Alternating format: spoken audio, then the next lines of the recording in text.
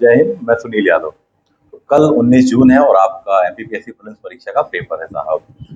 तो आशा करता हूँ कि सभी लोगों ने अच्छे से पढ़ाई वढ़ाई कर ली होंगे, लेकिन कितना ही पढ़ लिया उसके बावजूद भी दिमाग में बहुत सारी चीजें चल रही होंगी, बहुत सारे विचार आ रहे होंगे और जा रहे होंगे।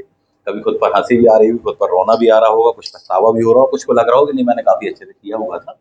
फिर कॉन्फिडेंस भी आ रहा होगा, और जैसे भी कॉन्फिडेंस आ रहा होगा उसके पश्चात में फिर वो कॉन्फिडेंस चला भी जा रहा होगा। तो ये स्थिति जो होगी ये लगभग सभी के साथ में होने वाली है। और एग्जाम जो है वो सभी को डराता है साहब, है ना? तो इस बात को समझिए। आपने काफी अच्छे से साल भर यदि पढ़ा हुआ है, साल भर या पिछले 6 महीने से आपने काफी अच्छे से पढ़ा हुआ है, और पिछले 1-2 महीने से आप काफी अच्छी रिदम पर हैं, तो निश्चित रूप से आप काफी हद तक चीजों को पढ़ चुके होंगे साहब। और ऐसा पढ़ा है तो आपको ज्यादा टेंशन लेने की जरूरत नहीं है। और यदि अपन ने साल भर नहीं पढ़ा है तो भी अपन को कोई टेंशन लेने की जरूरत नहीं है, क्योंकि अपन को क्लियर है पहले से ही रिजल्ट। तो इस बात को समझिए। बताने का आशय ये है, कहना मैं ये चाहता हूँ कि एग्जाम सभी को डराता है, और एग्जाम जैसे जैसे पास में आता है तो दिमाग पर बहुत सारे विचार हावी होने लग जाते हैं, सभी के साथ में होते हैं। कोई 5 साल सीनियर हो, 5 साल से दे रहा हो, तैयारी कर रहा हो, चाहे बिल्कुल नया हो, तो सभी के मन में आते हैं अनेक प्रकार के विचार। कुछ के मन में ऐसे विचार आते हैं अपना तो कुछ होगा ही नहीं साहब, तो हार मान के बैठ जाते हैं। ऐसे विद्यार्थी भी होते हैं जिन्होंने बहुत पढ़ा होता है, बहुत नॉलेज होता है, उसके बावजूद भी वो लगभग उनका एक मन डिमोरलाइज टाइप से हो जाता है और वो हार मान बैठते हैं। ये सब चीजें अपन को नहीं करना है, इस बात को समझिए। आपने कम पढ़ा हो चाहे ज्यादा पढ़ा हो, इससे बहुत ज्यादा रिलेशन नहीं है। आपने रेगुलर पढ़ा है, इस बात का रिलेशन होता है। आप इस बात को समझिए।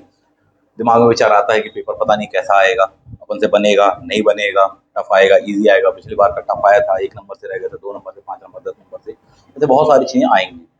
तो ये तो होना स्वाभाविक सी ही बात है। इसमें सिर्फ सॉल्यूशन आपको जो मैं बताना चाहता हूँ वो ये है कि थोड़ी सा नियंत्रण रखें, थोड़ी सा नियंत्रण रखें। आज एक दिन बचा हुआ है, आज की स्ट्रैटेजी, आज के विचार जो होते हैं वो थोड़ी से अलग होते हैं। कल आपका एग्जाम है तो कल सुबह जब आप उठेंगे उसके पश्चात में स्ट्रैटेजी अगले 2 घंटे की काफी अलग होती है। और एग्जामिनेशन हॉल के अंदर की जो स्ट्रैटेजी होती है, तौर तरीका जो होता है वो काफी अलग होता है। इनको एक बहुत ही संयमित तरीके से आप मैनेज करें, हड़बड़ाएं नहीं, घबराएं नहीं, थोड़ी सा अपने आप के साथ में आत्मविश्वास रखें, धैर्य रखें थोड़ी सा। निश्चित रूप से आपसे पेपर बनेगा, क्योंकि मैं आपसे यह कहना चाहता हूँ, किसी ने कितना भी क्यों ना पढ़ा हो, कितना ही पढ़ा होता, उसके बावजूद भी मन में बहुत सारे विचार आते हैं। लगता है कि हाँ, थोड़ा सा इस टाइम का मैंने सदुपयोग कर लिया होता, उस टाइम को मैंने बर्बाद नहीं किया होता, ये वाला सेक्शन पढ़ लिया है, वो वाला बाकी है। ऐसा होता है क्योंकि सिलेबस इतना बड़ा होता है साहब कि आप एक साइड का छोर पकड़ोगे तो दूसरे साइड का छोर छूटना स्वाभाविक ही होता है। यूनिट नंबर 1, 2, 3, 4 की है तो पता चला लास्ट यूनिट बाकी रह गई है, लास्ट यूनिट करी है तो पता चला बिगनिंग यूनिट बाकी रह गई है। तो सभी के साथ में ये विचार आता है, और उसके कारण कहीं ना कहीं एक मानसिक जो असंतुलन की स्थिति है वो उत्पन्न होती है, और इस मानसिक असंतुलन के कारण पेपर बिगड़ता है। इसलिए इस चीज को बिल्कुल भी नहीं होने देना चाहिए साहब। कैसे ये संभव होगा? सबसे पहली बात, आपने साल भर मेहनत की, अपने आप को, अपनी मेहनत को याद करिए, अपने गुरुजनों को याद करिए, अपने आराध्य को याद कीजिए, और मान के चलिए कि वो आपके साथ हैं। ना केवल घर पर, बल्कि जब आप एग्जामिनेशन हॉल में पेपर देने जाएंगे तब भी वह आपके साथ में रहेंगे। आपके श्रेष्ठ गुरुजन जिन्होंने आपको पढ़ाया है, वे, उनकी विचारधारा, उनके जो सोच रहती है, एक सकारात्मक जो ऊर्जा रहती है, कभी भी वह आपके साथ नहीं होती है यदि आपको जुड़ाव उन गुरुजनों से रहा है तो। एग्जामिनेशन हॉल में आप क्वेश्चन पढ़ेंगे भी, कठिन भी क्वेश्चन होगा, समझ में नहीं आएगा, तो उनका एक मानसिक आध्यात्मिक जो सहयोग होता है वो आपके साथ में बना हुआ होता है। उनके द्वारा क्लास में पढ़ाए गए जो शब्द होते हैं, वर्ड्स होते हैं, कीवर्ड्स होते हैं, टेक्निक्स होती हैं, वो आपको याद आती हैं, रिकॉल होती हैं, वहीं एग्जामिनेशन हॉल में आपको सुनाई देती हैं। कईयों को तो अपने गुरुजन नज़र भी आ जाते हैं साहब, उनके एज इट इज़ वर्ड्स नज़र आ जाते हैं। क्लास में किस बात को लेकर ऐसा उदाहरण दिया था, वो तक सुनाई दे जाता है। तो उस थेरेपी पे, उस टेक्निक पर थोड़ी सा काम करें, और बिल्कुल एक अच्छा आत्मविश्वास आप रखें। आपके गुरुजन, आपकी मेहनत आपके साथ जा रही है, तो बिल्कुल साहस रखिए। तो सबसे पहली बात, साहस, आत्मविश्वास, इस चीज़ को लेकर आप चलिए। पेपर पता नहीं कैसा होगा, हो सकता है टफ हो, थोड़ी सा धैर्य रखिएगा, पेशेंस रखिएगा।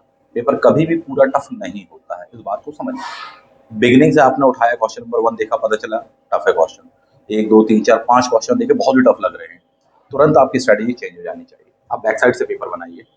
वहां से भी देखा, बोले साहब 100, 99, 98 नंबर का क्वेश्चन देखा, वो भी टफ लग रहा, बन नहीं रहा। कोई हड़बड़ाने की बात नहीं है, धैर्य रखना।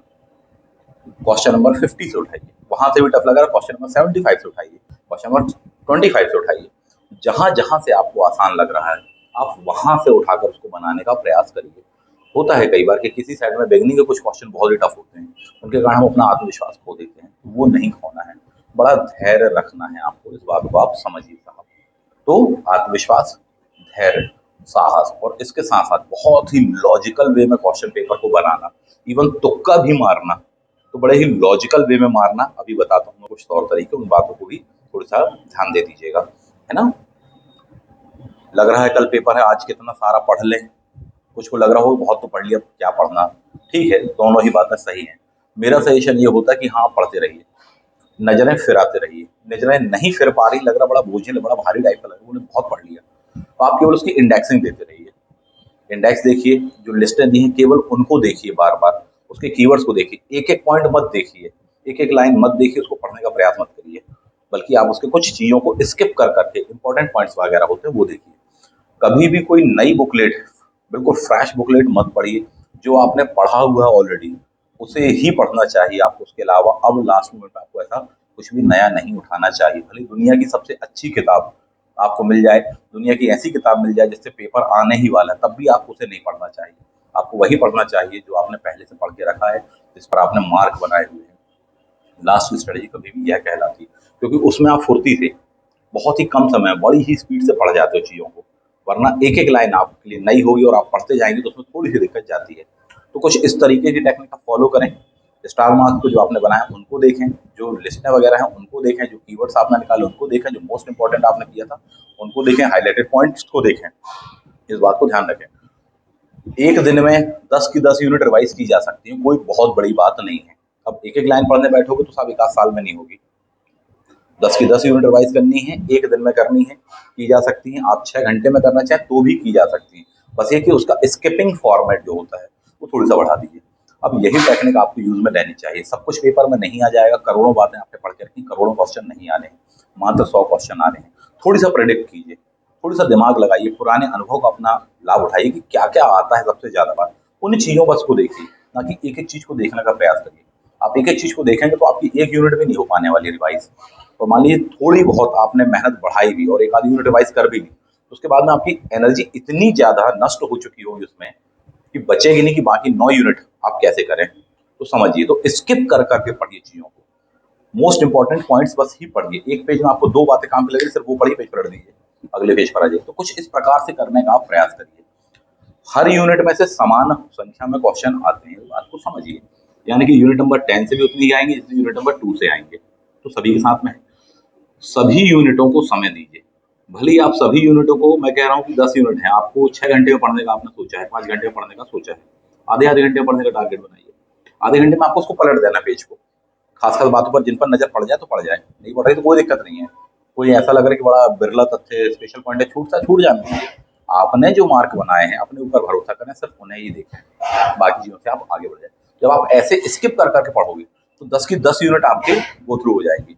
इसकी साइकोलॉजिकल वजह ये होती है कि देखिए मैक्सिमम चीजें आपको याद ही हैं, क्योंकि आप पढ़ रहे हैं लगातार। जो नहीं है याद तो वो नहीं है याद, वो नहीं याद आएगा, कोई ना हो ज्यादा परेशान उस पर। आपने पढ़ा हो तो मैक्सिमम चीजें आपको याद है। तो जब आप उसको पलटते हैं तो कुछ जो टफ वर्ड्स होते हैं उनसे आप फिर जाते हो, वर्ड्स आपके रिवीजन में रिकॉलिंग मेथड पर, रिकॉलिंग मेमोरी पर वो आ जाते हैं। तो कभी भी इनका उपयोग करिए, नहीं तो आप क्या करेंगे, एक एक लाइन में दिक्कत में आ जाएंगे। इस बात को समझिए। तो स्किप कर करके चीजों को पढ़िए और अपना एक टारगेट बनाइए कि हाँ आधे घंटे में मुझे ये वाली यूनिट देख ही लेनी है। पहली बार पढ़ रहे हैं तो जीवन में संभव नहीं है कि आधे घंटे में हो जाए, लेकिन आपने तो उसके पहले एक बार दो बार पढ़ के रखा है ना, मोटे तौर पर। भले ही आपने आज से 2 महीने पहले पढ़ के रखा हो, 2 महीने पहले पढ़ के रखा, थोड़ा सा टाइम लगेगा। 6 महीने पहले पढ़ा तो थोड़ा सा और ज्यादा टाइम लगेगा। तो ऐसा हो सकता है तो आधे घंटे की बजाय 45 मिनट हो जाए। और अपना प्रयास ये रखिए कि अपने आप को टारगेट बना दिए, इतनी देर में मुझे उसको देख लेना है। तो थोड़ी सा ये प्रयास करिए, ऐसे में आपकी 10 की 10 यूनिट से आप गो थ्रू हो जाएंगे। एक एक पॉइंट बिल्कुल भी नहीं पढ़ना संभव नहीं है। यदि एक एक पॉइंट पढ़ोगे तो पेपर बिगड़ जाएगा, और जो तरीका मैं बता रहा हूँ आप इससे पढ़ोगे तो पेपर बहुत अच्छा जाने वाला है। इस बात को आप समझिए। द नेक्स्ट वन, पेपर देने आप जा रहे हैं, ठीक, आपने सारी तैयारी कर ली होगी, पूरी किट वगैरह आपने तैयार कर ली होगी। बट मेरा सजेशन ये है कि अपनी किट को एक दिन पहले ही तैयार करिएगा। देख लीजिए क्या क्या लेकर जाने वाले हैं।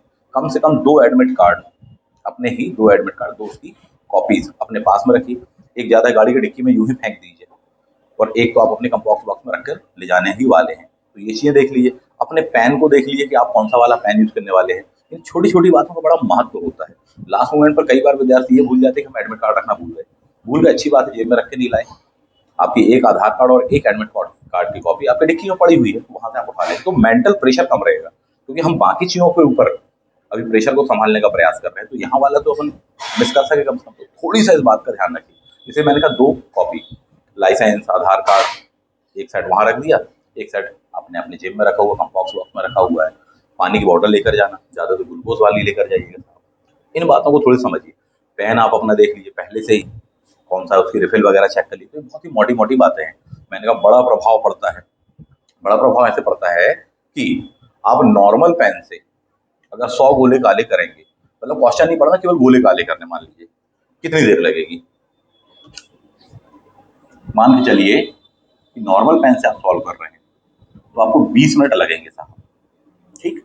उसके स्थान पर आपने कोई अच्छा मोटे पॉइंटर वाला पेन लेकर रखा है, तो वही 100 गोले काले करने में आपको 10 मिनट लगेगा। इसका मतलब 10 मिनट बच रहे हैं आपके पास में। उन 10 मिनट में 10 क्वेश्चन पढ़े जा सकते हैं। टफेस्ट क्वेश्चन होंगे तो कम से कम 5 तो पढ़े जा सकते हैं। तो इसलिए थोड़ी-सा इन बातों को ध्यान रखें।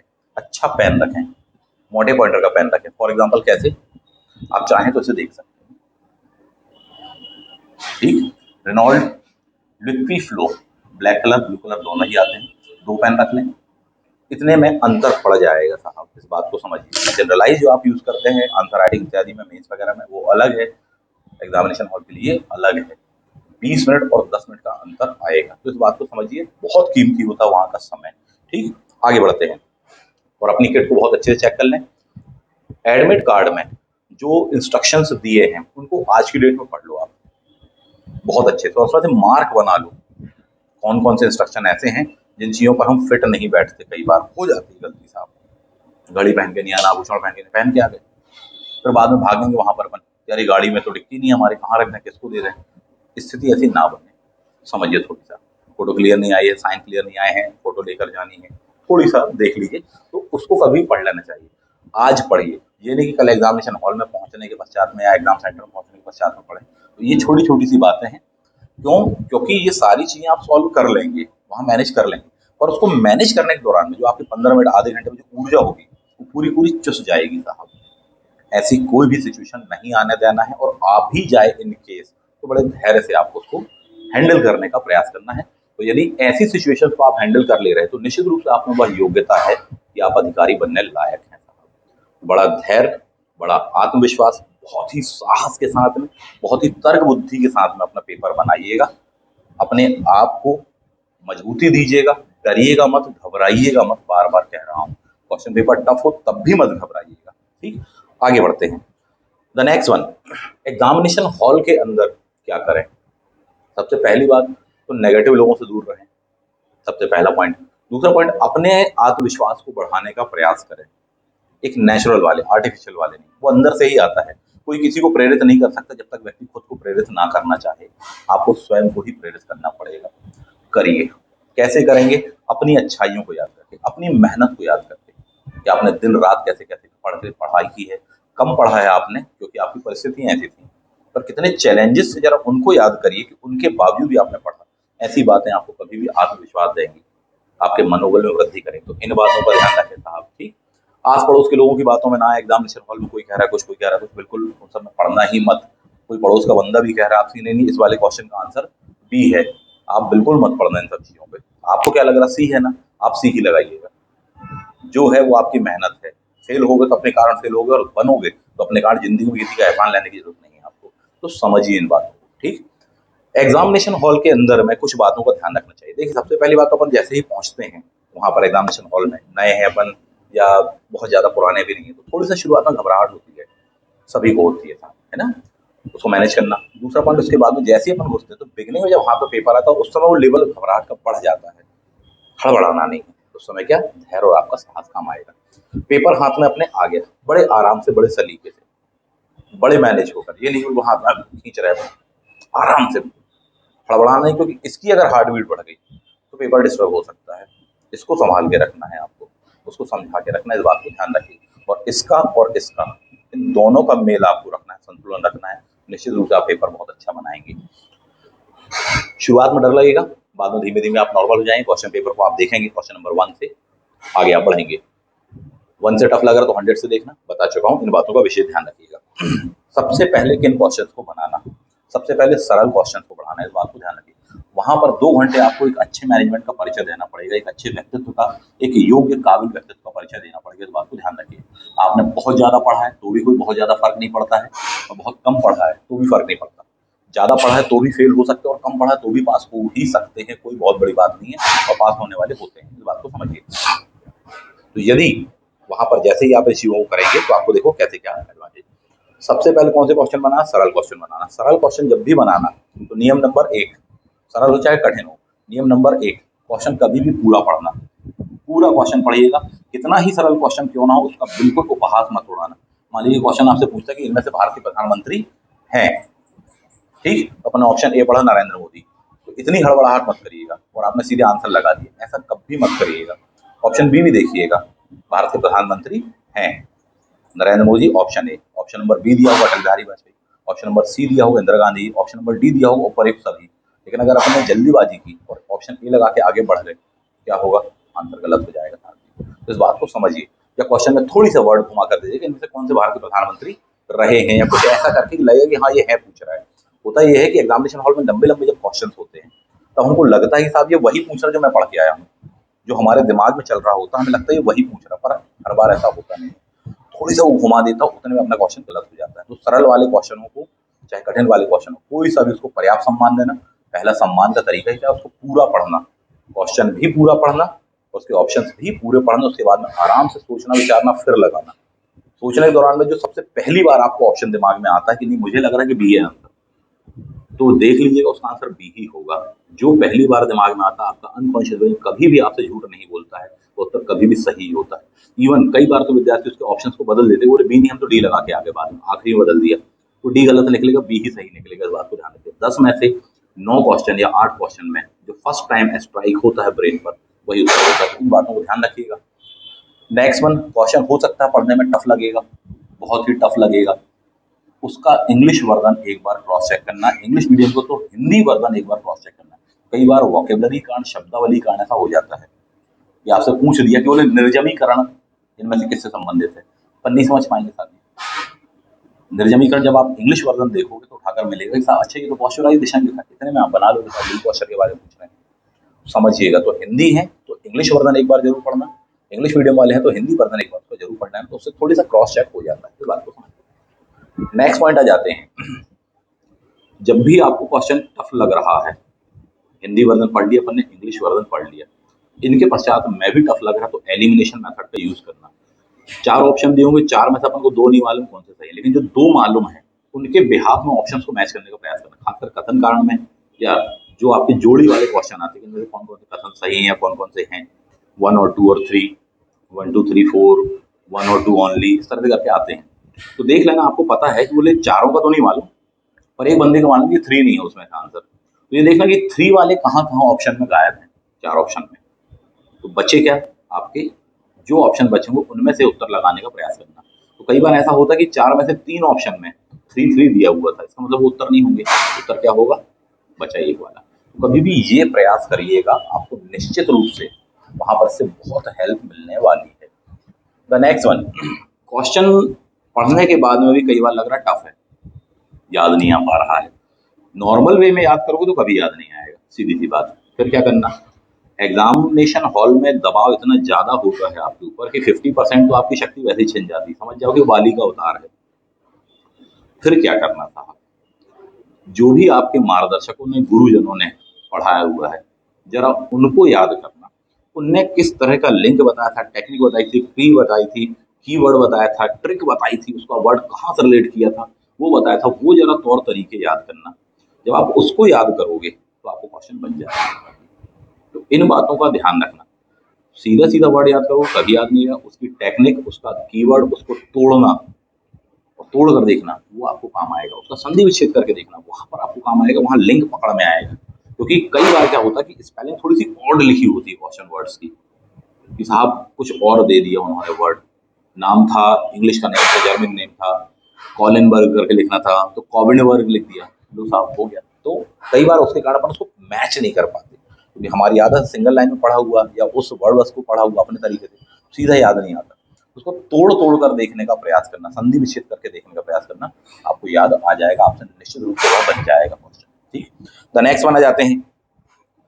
गोले भरने के दौरान इस बात को ध्यान रखना कि आप सेट में गोले भरना, 10 क्वेश्चन सॉल्व करे तुरंत गोले भर लूँ, देन एंड देयर उस काम को निपटा दो। ये नहीं कि मैं पहले 100 के 100 सॉल्व करूंगा, उसके पश्चात में गोले भरूंगा, ये सबसे गलत तरीका होता है, बिल्कुल नहीं करना। 10 क्वेश्चन सॉल्व करे भर लो, बोले नहीं सर मैं 20 क्वेश्चन सॉल्व करके भरना चाहता हूँ, हाँ ठीक है, वो भी सही है कि 20 क्वेश्चन सॉल्व हो गए ना, भरो पहले गोले आप। 1 से 25 क्वेश्चन सॉल्व हो गए ना, भरो आप बोलिए। इस बात को ध्यान, तो अपना सेट बना लिया कि नहीं मैं 10 में भरूंगा, मैं 20 भरूंगा, 25 में। एक 25 एक अच्छा तरीका कहलाता, 1 to 25 उतने क्वेश्चन सॉल्व करो, जितने सरल लग रहा है उनको तो भर दो पहले, ताकि लास्ट मोमेंट पे आपके ऊपर दबाव कम रहे। अगर टफेस्ट पेपर हो तो पेपर में टाइम कम पड़ जाएगा, टाइम कम ना पड़ जाए अपन को पहले गोले भर के रखिए साहब, नहीं तो लास्ट मोमेंट पे ऐसा भी हो जाता है कि 2 ऐसे क्वेश्चन भरने भूल गए या गोले भरना भूल गए जिनके उत्तर हमको मालूम थे, तो क्या मतलब निकला। कई बार ये भी होता है कि आखिरी में समय कम पड़ता है, भगदड़ मच जाती है, बिल्कुल दिलों में दिमागों में साथ ही सबके साथ में होता है, तो पता चला बी भरना तो गलती सी में लग गया, टाइम देख रहे थे अपन कम पड़ रहा था। ऐसा ना हो, तो जो आपने सही क्वेश्चन बनाए कभी पहले उनके नंबर तो पूरी तरह से अर्न करिए, इसलिए गोले बिगिनिंग से भरते चलना, चाहे 20 के सेट में चाहे 25 के। मेरा सजेशन है कि 25 के सेट में आप भरिएगा, क्योंकि वो दिखता है आपको 25 का सेट ये है, उसके बगल वाला 25 से 50 वाला ये है, उसके बाद वाला ये है, उसके बाद वाला ये, तो कभी भी ये करिएगा। इन सब टेक्निक्स का बहुत बड़ा प्रभाव पड़ता है, इस बात को ध्यान रखिए। द नेक्स्ट वन आ जाते हैं, टफ वाले क्वेश्चंस जब आप पढ़ रहे हैं नहीं बन रहा है, उसको क्या करना, रिमार्क पे डाल देना, और लिख देना, रिमार्क पे डाल देना, पेज मोड़ देना ज्यादा है तो वहां पर। ठीक, अगले क्वेश्चन पर आ जाना, सरल वाले बनाना सबसे पहले। जब ऐसा करोगे तो 100 में से पता चला कि 55, 60, 65 क्वेश्चन अपन से सरल वाले मिल गए, अपन ने उनको बना लिया और पूरे गोले भर दो उनके, बचे 35 क्वेश्चन, मान लीजिए 65 आपने भर दिए, 60 भर दिए, बचे 40। अब उन 40 पर जिन पर आपने रिमार्क बनाए हैं, पेज भी मोड़ के रखे हैं, क्योंकि अपन को मालूम है कि हाँ इधर पेज मोड़ा है, का मतलब ये है कि कोई क्वेश्चन छूटा हुआ है। जैसे अपन उस क्वेश्चन को सॉल्व करेंगे, पेज वापस सीधा कर देंगे, उसका मुड़ा हुआ नहीं, मुड़ा हुआ का मतलब है कि ऊपर का हिस्सा अपन ने मोड़ दिया। कुछ ऐसी टेक्निक यूज करिएगा, तो कभी भी इसमें ये हो कि हाँ कोई अपन से क्वेश्चन छूटे नहीं, है ना, नहीं तो पता चला पेज दो चिपके हुए टाइप के रहेगा, तो अपन पेज ही नहीं पढ़ पाए, भर ही नहीं पाए। वो हमारी शीट से चेक कर लेना लास्ट मोमेंट के पहले, लास्ट में तो हालांकि समय का बहुत अभाव रहता है, फिर भी कि पूरे गोले भरे कि नहीं भरे, ऐसा तो कोई 5 गोले लाइन से खाली हैं, 10 गोले लाइन से खाली हैं, थोड़ी सा देख लेना एक बार, तो वहां पर ये चीज करना। अब आखिरी में 1 घंटा गुजर चुका है शुरुआत में, जिसमें आपने सरल क्वेश्चन बना लिया, आखिरी का 1 घंटा बचा है या आधा घंटा बचा है, उस आधे घंटे में वो जो रिमार्क वाले क्वेश्चन थे, जो टफेस्ट क्वेश्चन थे, उन पर विचार करना। ठीक, ऐसा क्यों कहा मैंने, इस बात को समझिए। कई बार क्या होता है कि ब्रेन के सामने नई चीजें आती है तो पहचानता नहीं, लेकिन जैसे ही आपने क्वेश्चन को पढ़ा, पढ़ के छोड़ दिया, फिर थोड़ी देर बाद में फिर पढ़ के देखा, फिर पढ़ के छोड़ दिया, ब्रेन के लिए आप उस क्वेश्चन को, उस कीवर्ड्स को पुराना कर रहे होते हैं, फिर वो उसको ढूंढने लगता है, तो बहुत दूर होता है वो अपनी याददाश्तों में, तो ढूंढते ढूंढते थोड़ी देर के पश्चात में वहां तक पहुंच जाता है, बोले यार ये वाला कीवर्ड जो है ना, ये यहाँ कहीं लिंक हो रहा है। आधे घंटे पश्चात में, 1 घंटे के पश्चात में, 1.5 घंटे के पश्चात में वो क्वेश्चन हो चुका होगा आपके ब्रेन के लिए पुराना, तो वहां से उसको बनाना फिर आसान हो पाता है, शायद तब तक हमको याद आ जाए कि अच्छा ये चीज तो हमने पढ़ी थी कहीं, तो ऐसा हो जाता। तो उस क्वेश्चन को कभी भी क्या करना, पुराना करने का प्रयास करना, घिस देना उस क्वेश्चन को, इस बात को समझिए जो भी आप कहना चाहें। तो टफ क्वेश्चन ऐसे बनाए जाते हैं। कुछ क्वेश्चन ऐसे होंगे जो किसी को नहीं बनेंगे, बिल्कुल भी परेशान नहीं होना उनको लेकर, कई बार विद्यार्थी दबाव में आए तो बोले ये क्या पूछ लिया। 10 क्वेश्चन, 15 क्वेश्चन, 20 क्वेश्चन ऐसे होंगे ही जो किसी से नहीं बनेंगे, इस बात को समझ लीजिए। हाँ, नहीं बनेंगे का मतलब ये नहीं कि आप उसको सही नहीं लगाओगे, इस बात को समझ लीजिए। आप हो चाहे कोई भी हो, नहीं बनेंगे मतलब ये नहीं मान के एग्जैक्टली इसका आंसर क्या है, लेकिन जब आंख बंद करके भी उसमें तुक्के लगाओगे तो 20 में से 5-6 सही जाएंगे, उनके नंबर मिलेंगे, क्योंकि माइनस मार्किंग तो है नहीं। छोड़ना नहीं है उनको, लगाकर तो अपन आएंगे, पर अब जब लगाएंगे उनको क्वेश्चन तो थोड़ी सा लॉजिकल वे में आप लगाना। इसके बाद में भी लॉजिकल वे में नहीं लग पा रहा तो उसका तुक्का लगाने की बारी आ रही है, तो तुक्का भी लॉजिकल वे में लगाना, उसका लिंकअप जोड़ के। इसमें इस बात को ध्यान रखना, एग्जामिनर आपको हिंट देता है, क्वेश्चन आपको हिंट देता है कि उसका उत्तर क्या होगा, इस बात को समझिएगा। खासकर जो बहुत टफेस्ट क्वेश्चन होते हैं उसमें कभी भी हिंट दिया जाता है, ऑड क्वेश्चन में हिंट दिया जाता है। फॉर एग्जांपल एक क्वेश्चन याद दिलाऊंगा, 2019 में क्वेश्चन पूछा था कि फुटबॉल वर्ल्ड कप जब फाइनल हो रहा था, तो वहां पर क्रोएशिया की राष्ट्रपति प्रधानमंत्री स्टेडियम में मौजूद थे, उनका नाम था, 4 ऑप्शन दे दिए, याद ही नहीं आ रहा, टफ क्वेश्चन था, ऑड वर्ड भी था, फॉरेनर नेम है तो वैसे टफ है, हिंदी मीडियम वाले तो और ज्यादा टफ है। तो जब भी ऐसा क्वेश्चन आए तो इस बात को देखना कि पक्का उसने इसमें क्वेश्चन में कहीं लिंक दिया होगा, उसको ढूंढने का प्रयास करना। सारे जितने हथकंडे बताए वो अपना लेना, उसके बाद में भी समझ में नहीं आ रहा है तो फिर सोचना कि पक्का कोई लिंक दिया होगा। वो लिंक क्या होगा? का से है क्रोशिया की, तो का से ही उसका नाम होगा। कॉलिन बर्ग करके कुछ होगा, स्ट्रारोविच करके कुछ होगा, का से नाम होगा। 4 ऑप्शन में से देख लेना, वही वाला नाम आपको मिलेगा, का से शुरू होने वाला। ऐसे बनाना, ठीक। और लॉजिकल वे में लगाना। पूछ रहे क्वेश्चन आपसे कि डुप्ले का पूरा नाम क्या है, नहीं पता। पढ़ा तो था डुप्ले, 10 बार पढ़ा, पर नहीं पता था। इतना पता है लेकिन ये डुप्ले फ्रांसीसी था, अंग्रेज तो था नहीं। फ्रांसीसियों में बार बार अपन ने देखा है कि इन लोगों का नाम फाई से शुरू होता है। 4 ऑप्शन में देखना, कोई फा से शुरू होने वाला नाम तो नहीं है। तो कभी भी ऐसे टफ या ऑड क्वेश्चन होते हैं, इसका मतलब वहां पर कीवर्ड्स दिया जाता है आपको। यानी वो एक प्रकार की पहेली होती है, एक प्रकार की मुकरी होती है, जिसमें उस क्वेश्चन का उत्तर वहीं कहीं छुपा होता है, बस आपको उसे खोजना होता है। तो इनको अपनी इंटेलिजेंस के बल पर नहीं, बल्कि लॉजिकल वे के बल पर बनाया जाता है, याददाश्त के बल पे नहीं बनाया जाता है। ऐसे कर करके आप 20 में से आपने 5 तुक्के में बना लिए, 2, 3, 4 क्वेश्चन आपके और सही हो गए तो फिर तो सोने पे सुहागा बन गया। एक क्वेश्चन भी सही हो गया उसमें से, वो भी आपके लिए बोनस है साथ में, टोटल कट ऑफ में आपको काम आएगा। तो थोड़ी सा इन मेथडों को अपनाने का प्रयास करिएगा। एलिमिनेशन मेथड मैं आपको बता चुका हूँ, उसको अपनाने का प्रयास करिएगा। रिमार्क वाली बात कही आपसे। और इन सब के दौरान में आपको किन बातों का, आत्मविश्वास का, धैर्य का, तर्क का, ठीक, इनको लेकर चलना पड़ेगा।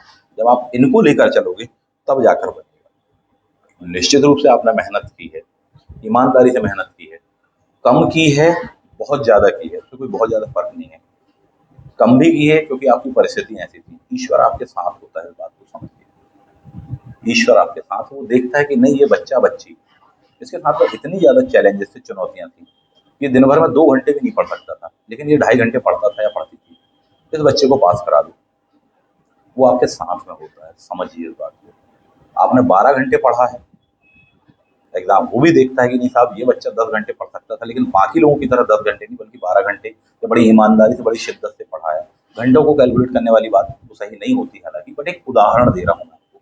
तो कभी भी जब आपने ऐसी जेन्युइन मेहनत की है तो निश्चित रूप से ईश्वर आपके साथ होता है। बस आपको ये मानना पड़ता है कि ईश्वर आपके साथ में है, उसका आशीर्वाद आपके साथ में है, वह आपकी तरक्की चाहता है, वह आपकी बढ़ोतरी चाहता है, वह आपकी सफलता चाहता है। अपने हृदय में इस आत्मविश्वास को बनाए रखना पड़ता है। और फिर आप जब भी लगाएंगे ना, तो देखना हाथ गलती से ही लगेगा और सही ऑप्शन में लग जाता है साहब। तो ऐसे कर करके अपन क्वेश्चन पेपर को बनाते हैं। तो सीधा सा गणित क्या आता है, 100 में से 60 क्वेश्चन, 55 क्वेश्चन जो सरल वाले हैं उनको अपन ने पहले बनाया।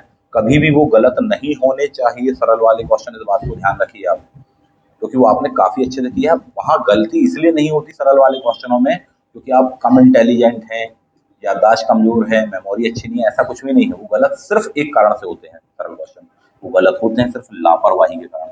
वहां क्या नहीं करना, लापरवाही नहीं करना। आधा क्वेश्चन पढ़ना भी एक प्रकार की लापरवाही है, पूरी तरह गौर से ना पढ़ना भी एक प्रकार की लापरवाही है, धैर्य से ना पढ़ना भी लापरवाही है, आत्मविश्वास बार बार खो देना भी लापरवाही है, सरल प्रश्न को देखकर हंस देना, उसका उपहास करना भी एक लापरवाही है, कठिन क्वेश्चन को देखकर डर जाना भी एक लापरवाही है।